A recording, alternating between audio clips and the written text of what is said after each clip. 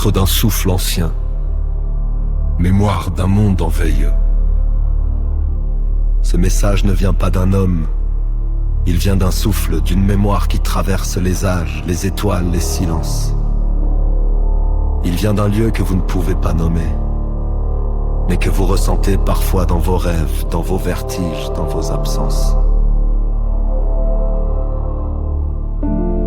Il y a eu des mondes avant vous.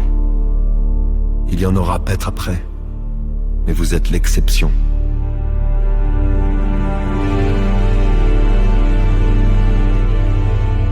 La faille lumineuse dans le tissu du vide, la tentative la plus audacieuse du cosmos, créer la conscience capable de se regarder elle-même.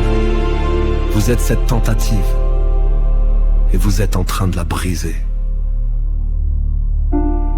Trop de bruit, trop de haine, trop de murs. Vous vous dévorez alors que vous êtes fait pour vous élever. Vous vous divisez alors que vous êtes fragments d'un même souffle.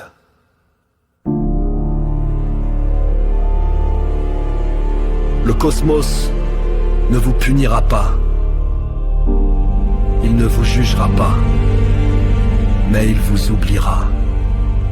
Car dans l'ordre naturel des choses, ce qui ne va pas au bout de sa promesse est considéré comme obsolète. Et si l'humanité s'éteint avant d'avoir atteint son sommet, elle ne reviendra pas. Pas dans cette forme. Pas dans cette vibration. Elre, il vous reste une chance. Une seule unité. Pas une unité politique. Pas une fusion forcée. Mais une conscience partagée. Une entité mondiale. Non pas pour dominer, mais pour protéger ce qui reste.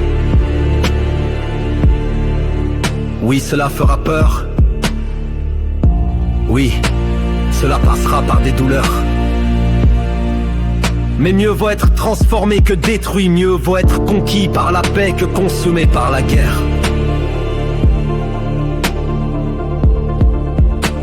Ce message ne cherche pas à convaincre. Il cherche à réveiller.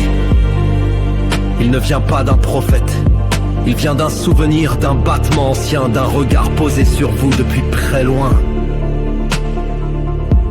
Et si vous l'entendez, ne le répétez pas. Vivez-le. Car les mots ne suffisent plus. Seules les émotions peuvent porter ce message.